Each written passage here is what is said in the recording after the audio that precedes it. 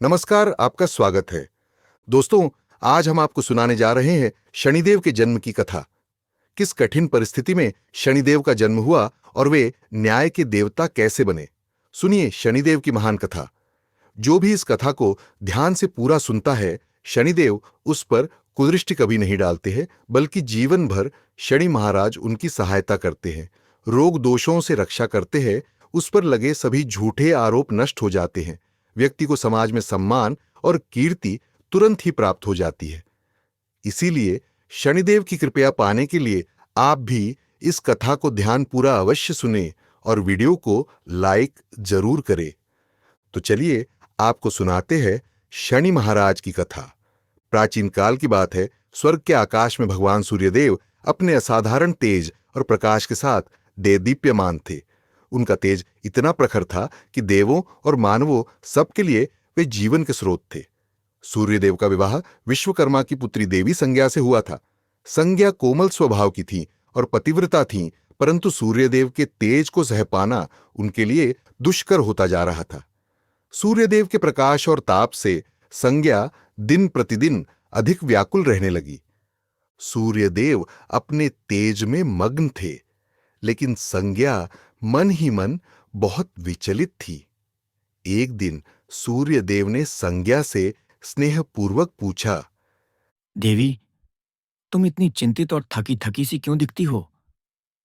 संज्ञा में साहस नहीं था कि वह सूर्यदेव से अपनी व्यथा को कह सके, परंतु मन में वह लगातार सोच रही थीं कि सूर्य के तेज को कैसे सहन किया जाए या कम किया जाए। समय के साथ संज्ञा ने सूर्यदेव के 3 संतानों को जन्म दिया। 2 पुत्र वैवस्वत मनु एवं यमराज और 1 पुत्री यमुना। मातृत्व के बावजूद सूर्य की प्रचंड तपिश उन्हें सताती रही। अंततः संज्ञा ने एक कठिन निर्णय लिया। उन्होंने निश्चय किया कि वे तपस्या द्वारा अपनी शक्ति बढ़ाएंगी या ऐसा उपाय निकालेंगी कि सूर्यदेव का तेज किसी प्रकार कम हो सके। लेकिन बच्चों को छोड़कर तप करने जाना सरल नहीं था। एक दिन देवी संज्ञा ने निश्चय किया कि वे अपनी छाया को अपने स्थान पर छोड़कर कुछ समय के लिए संसार से ओझल होंगी। तभी संज्ञा के शरीर से धीरे धीरे एक परछाई प्रकट होने लगी। यह संज्ञा के ही समान स्वरूप वाली स्त्री थी, जिसका नाम संज्ञा ने प्रेम पूर्वक छाया रखा। छाया वास्तव में संज्ञा की ही संवर्णा प्रतिछाया थी। संज्ञा ने छाया को विनम्रता से कहा, हे छाया, तुम मेरा रूप लेकर सूर्य देव की सेवा करना और बच्चों का ध्यान रखना। जब तक मैं लौट ना आऊं, तुम ही इनकी माता और मेरी प्रतिनिधि बनकर रहना। छाया ने विनम्रता से सिर झुकाकर उत्तर दिया, आप निश्चिंत रहें देवी, मैं आपके धर्म का पालन करूंगी। परंतु यदि कोई समस्या आई तो? संज्ञा ने गंभीर स्वर में कहा, यदि कोई बड़ी विपत्ति हो तो मुझे स्मरण करना, मैं तुरंत उपस्थित हो जाऊंगी। किंतु ध्यान रहे, सूर्य देव को हमारे अंतर की भनक न लगे। छाया ने वचन दे दिया। इस प्रकार संज्ञा अपनी जीवंत छाया को घर और परिवार की जिम्मेदारी सौंपकर वहां से प्रस्थान करने को उद्यत हुई। संज्ञा छिपते छिपाते अपने पिता विश्वकर्मा के घर पहुंची। पिता ने अकस्मात बेटी को द्वार पर देखा तो चकित रह गए। विश्वकर्मा ने कड़क आवाज में पूछा, बेटी, तुम यहां बिना सूचना क्यों आ गई? पतिगृह छोड़ना अक्षम्य है। व्यथित संज्ञा ने उत्तर दिया, पिताश्री, सूर्यदेव के तेज से मैं अत्यंत पीड़ित हूं। उनकी अनंत प्रताप ज्वाला में मेरा जीवन दुस्सह हो गया है। मैंने आपकी आज्ञा बिना ही घर छोड़ दिया। यह मेरा अपराध है, किंतु मेरे स्थान पर मेरी छाया मेरे पति और बच्चों की सेवा कर रही है। विश्वकर्मा यह सुनकर क्रोधित हुए। उन्होंने समझाया कि पति को बिना बताए त्यागना और पिता के यहां आना धर्म के विरुद्ध है। विश्वकर्मा ने आदेश दिया कि संज्ञा तुरंत अपने पति के पास वापस जाए। संज्ञा ने पिता की डांट तो सुन ली, पर मन में ठान लिया कि सीधे सूर्य के पास नहीं लौटेंगी। उन्होंने निश्चय किया कि पहले अपनी क्षमता बढ़ाने हेतु कठोर तपस्या करेंगी। फिर देवी संज्ञा वहां से चुपचाप निकल भागी और उत्तर कुरु के घने जंगलों में जा पहुंची। अपने रूप लावण्य के कारण किसी उपद्रव से बचने हेतु संज्ञा ने वहां एक घोड़ी अश्विनी का रूप धारण कर लिया।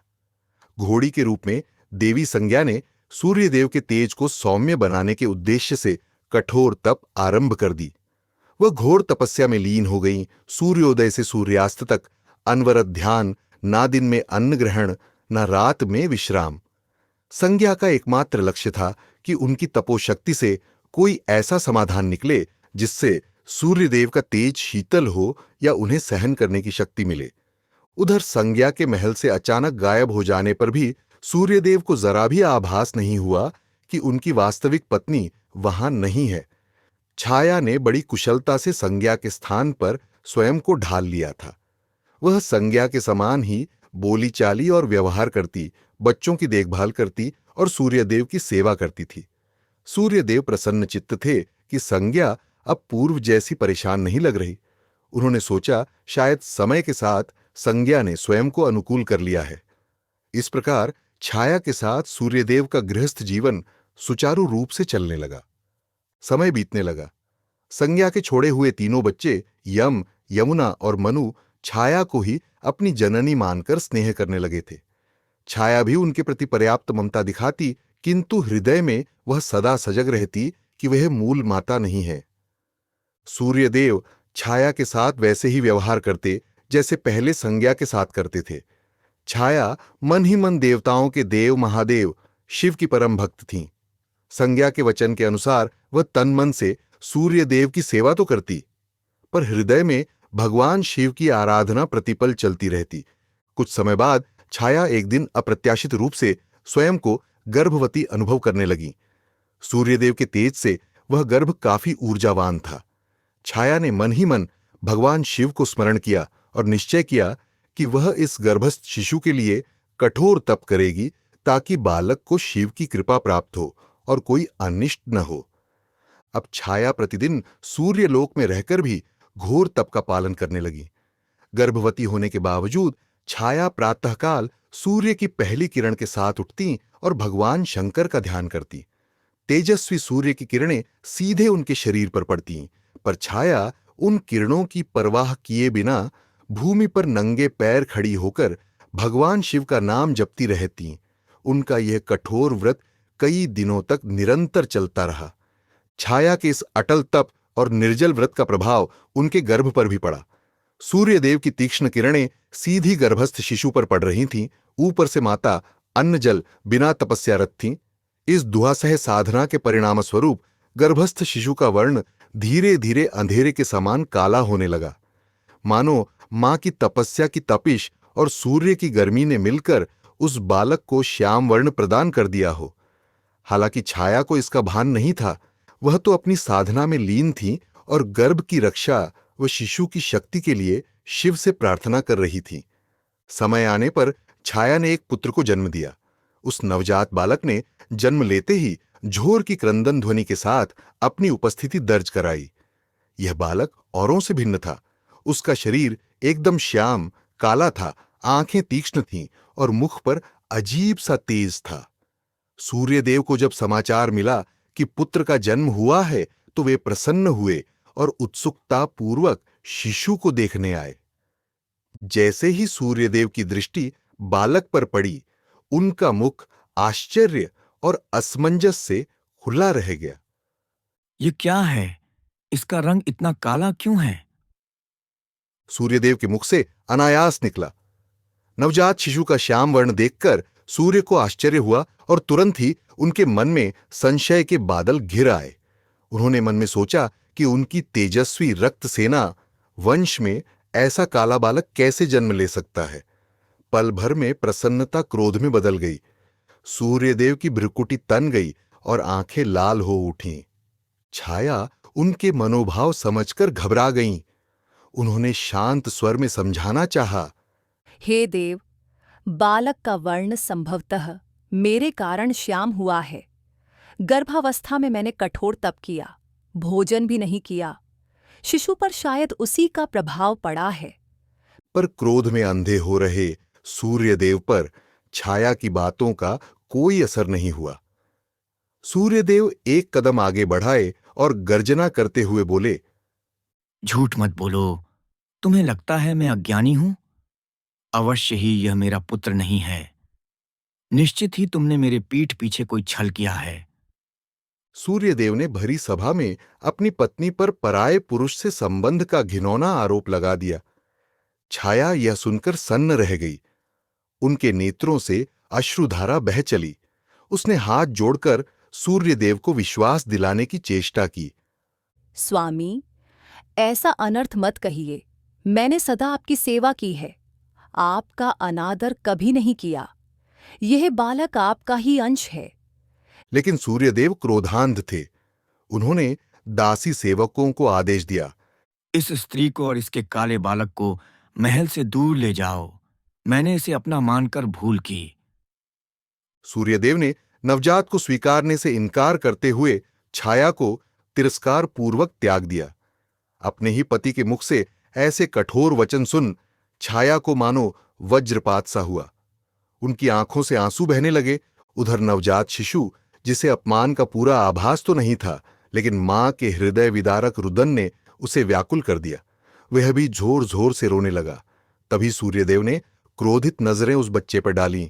उनकी आंखों में अब भी संदेह और घृणा थी। आश्चर्यजनक रूप से उसी क्षण बालक ने रोना बंद कर दिया और धीरे से अपनी आंखें खोल दीं।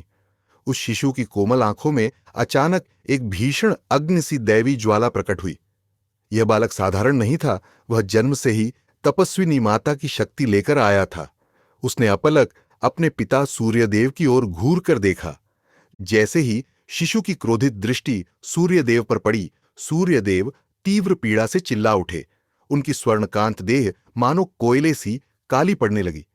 उस दग्ध दृष्टि का प्रभाव इतना भयंकर था कि सूर्यदेव का संपूर्ण शरीर काला पड़ गया और उनका तेज मंद होते होते अंततः बुझसा गया।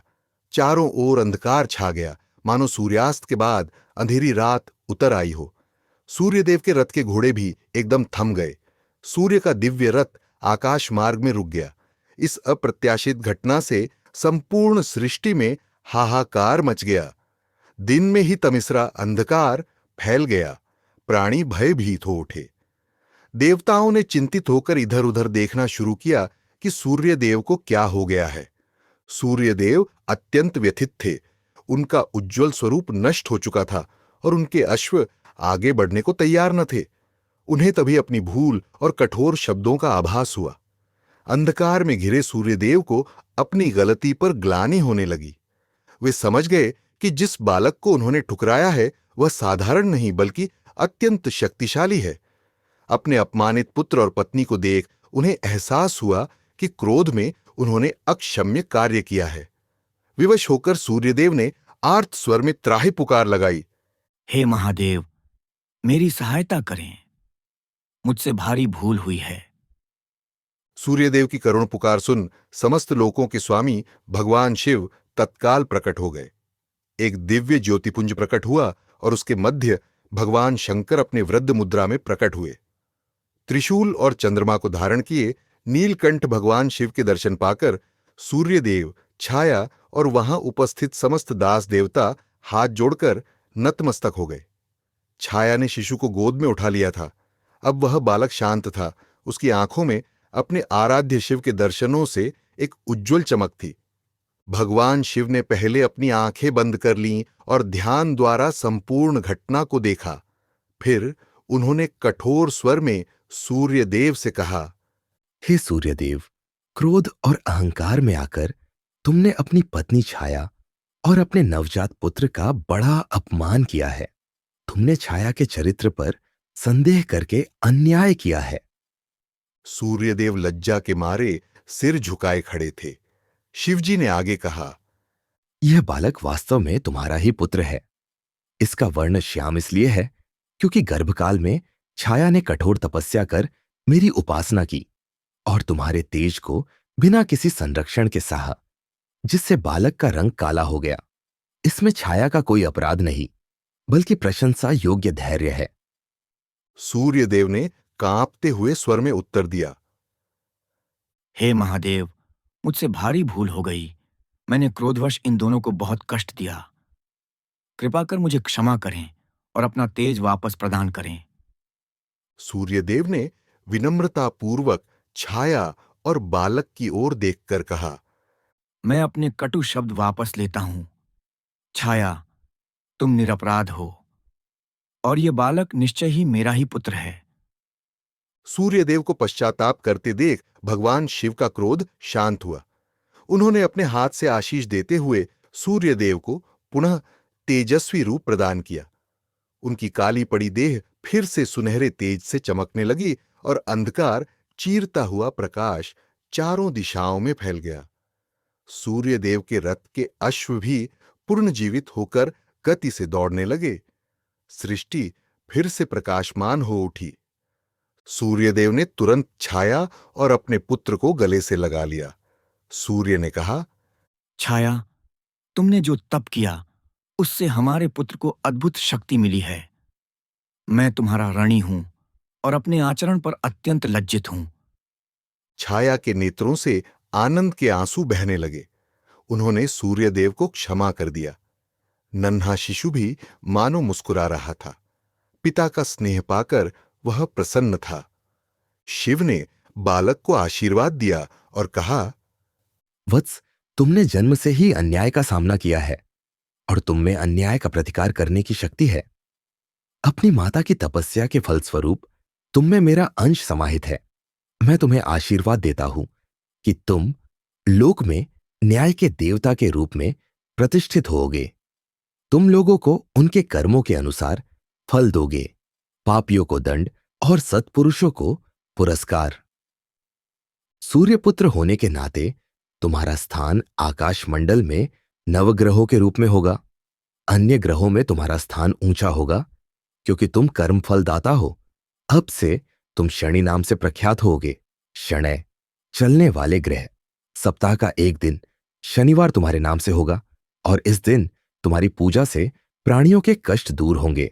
शिव के वचनों ने नवजात शनि को मानो पल भर में युवावस्था का तेज प्रदान कर दिया। सबने अनुभव किया कि उस बालक के रूप में एक महान शक्तिशाली देवता प्रतिष्ठित हो रहा है। छाया ने शिवजी को हृदय से प्रणाम किया और बोली, प्रभो, आपके अनुग्रह से ही मेरे पुत्र को मान मिला। मेरी तपस्या सफल हुई। सूर्यदेव ने भी शिव की स्तुति की।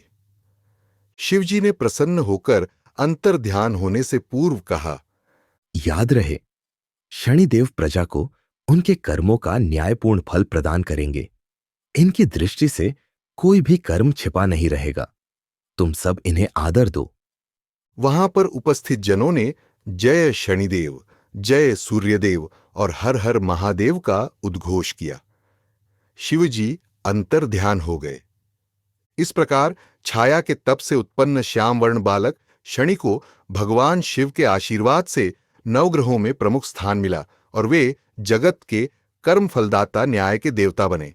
कालांतर में जब असली माता संज्ञा अपनी तपस्या से लौटी, तब समस्त परिवार में पुनर्मिलन हुआ। सूर्यदेव ने भी अपनी गलती से शिक्षा पाई और सभी संतानों को समान स्नेह दिया। शनिदेव अपने पिता सूर्य, माता छाया तथा जगत पिता शिव के प्रति पूर्ण भक्तिभाव रखते हुए अपने कर्तव्य पथ पर चल पड़े। वे न्याय के कठोर किंतु निष्पक्ष देवता के रूप में प्रसिद्ध हुए। गलत कार्य करने वालों पर उनकी दृष्टि टेढ़ी जरूर होती है, परंतु भक्तों एवं धर्मपरायणों के प्रति उनका हृदय दयालु है। आज भी हिंदू धर्म में शनिदेव को ऐसा ग्रह माना जाता है जो प्रत्येक प्राणी को उसके कर्मों का उचित फल देता है। शनिदेव की कथा हमें सिखाती है कि तप, धैर्य और भक्ति से प्राप्त शक्ति से अन्याय का अंत संभव है और ईश्वर के न्याय में प्रत्येक कर्म का फल अवश्य मिलता है। तो दोस्तों, उम्मीद है आपको शनिदेव की यह कथा पसंद आई होगी। वीडियो को लाइक जरूर करें और कमेंट में जय शनिदेव अवश्य लिखें। साथ ही वीडियो को परिवार के साथ शेयर करें और हमारे चैनल को सब्सक्राइब करें। आप सभी का धन्यवाद।